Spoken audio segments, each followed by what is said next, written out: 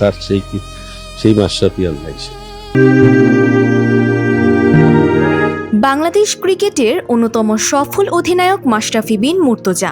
মাঠে তার লড়াকু মানসিকতা আর নেতৃত্বের গল্প কোটি ভক্তের হৃদয়ে জায়গা করে নিয়েছে বহু আগেই। তবে এবার আলোচনায় ক্রিকেট নয়, বরং তার ব্যক্তিগত জীবনের এক আবেগঘন অধ্যায়।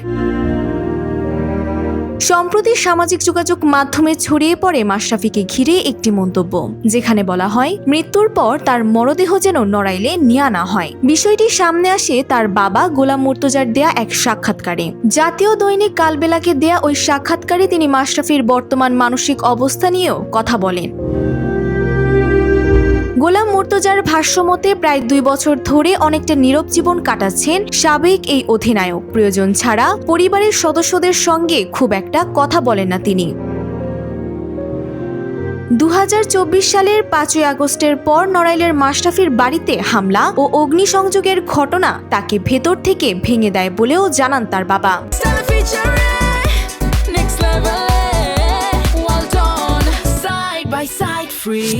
আর সেই কষ্ট থেকেই নাকি একসময় মাশরাফি বলেছিলেন, আমি মারা গেলে আমার লাশটা নড়াইলে নিও না।